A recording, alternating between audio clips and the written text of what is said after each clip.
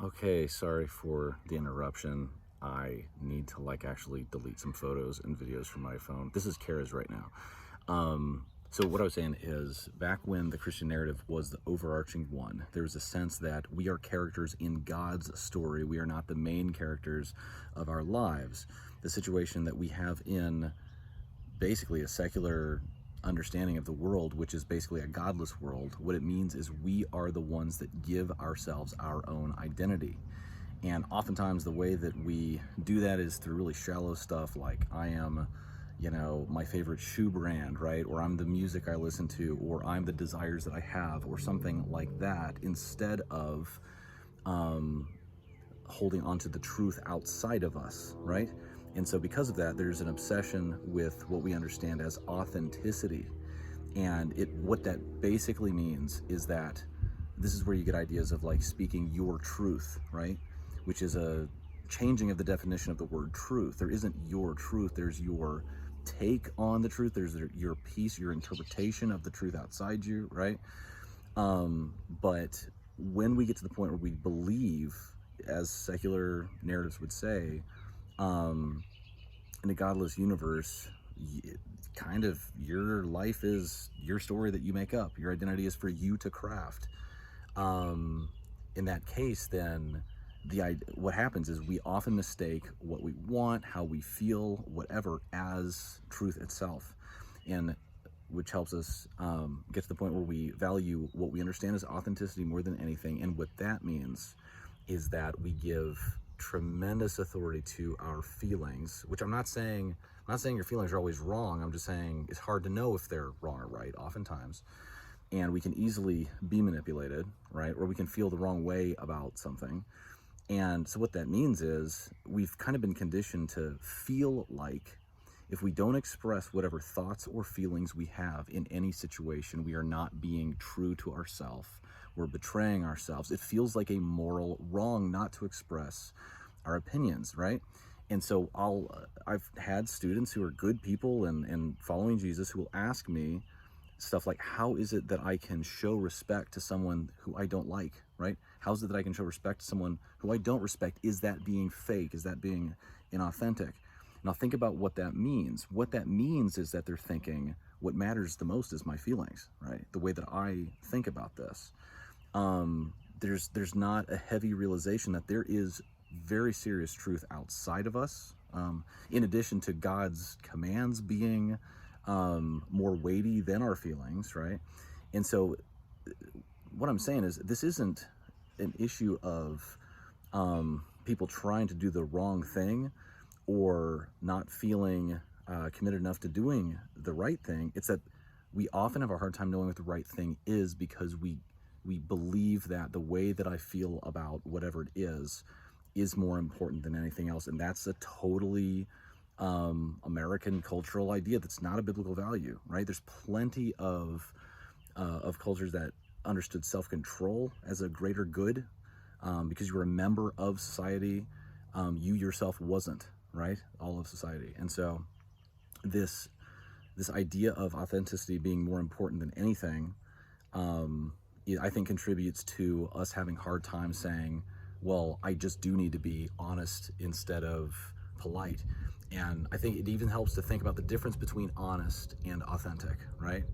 Honest means that you're being truthful. I mean, truly, you understand what the truth is and you're telling the truth. Authentic means oftentimes I tell you the way I feel, or I tell you the way that I think. And those things can be appropriate too. But I think it's really important to understand that authenticity does not necessarily equal honesty. These are not necessarily the same things. And then secondly, so that's one thing. I think we've all been exposed to that. We've been raised in a culture that believes that authenticity and honesty are the same thing. And even if you were being honest, it's important to, again, be gentle as well, because what is it? A truth without grace is often just a way of beating someone up, right? And so anyway, in addition to that, I think there's a pretty universal despisal of what is being called politically correct. And that is a situation where people feel like they can't say what is important and true to say because it's unpopular. Not that it's morally wrong, but that it's unpopular. Now, that's a really difficult subject too, because that word politically incorrect has been used in a bunch of different ways to be dismissive of actual sin before, right? Sometimes people will say, oh, I'm just politically incorrect, when it's like, no, no, no, that's truly cruel, right? And I mean, people minimize their sin all the time, but what'll happen sometimes is we'll get tired of seeing people pander. We'll be tired of seeing people be so afraid of being unpopular that we'll react against it and really actually just be rude and say, I'm just being honest, right? And so that's no better, right? Um, and so there's a difficult thing there because truth is absolutely important. Like, you can't really love well if you don't know what's true. But like I said, you can know true and what's true and use truth as a weapon against somebody. And we don't want to do that either. So this takes a lot of humility. This takes a lot of patience, which we've already talked about. A lot of guidance from the Holy Spirit on what to do. And so I think that, Tim comes up with a lot of great acronyms. And one of the ones that I think is most helpful when it comes to being considerate rather than rude while engaging in, authentic, honest, true conversations, right? He uses the acronym LIPS, okay? And it's in response to situations where people just don't know enough about what's going on and utter something stupid and say something dumb, right? And they don't mean to, they just do. And that's a lot of what rudeness is sometimes, is just not knowing what's fitting, right? And what's actually helpful and beneficial. And so the acronym stands for this LIPS, L-I-P-I, or L-I-P-S. It's really that simple. It's only 4 letters. The first one is listen. And what that means is being in a situation and learning about what's going on, understanding who people are, how they feel about things, what they value, knowing what hurts them, knowing what makes them happy, knowing people, right? So listening, understanding the people you're with. The second letter is I for inquire, which means ask questions.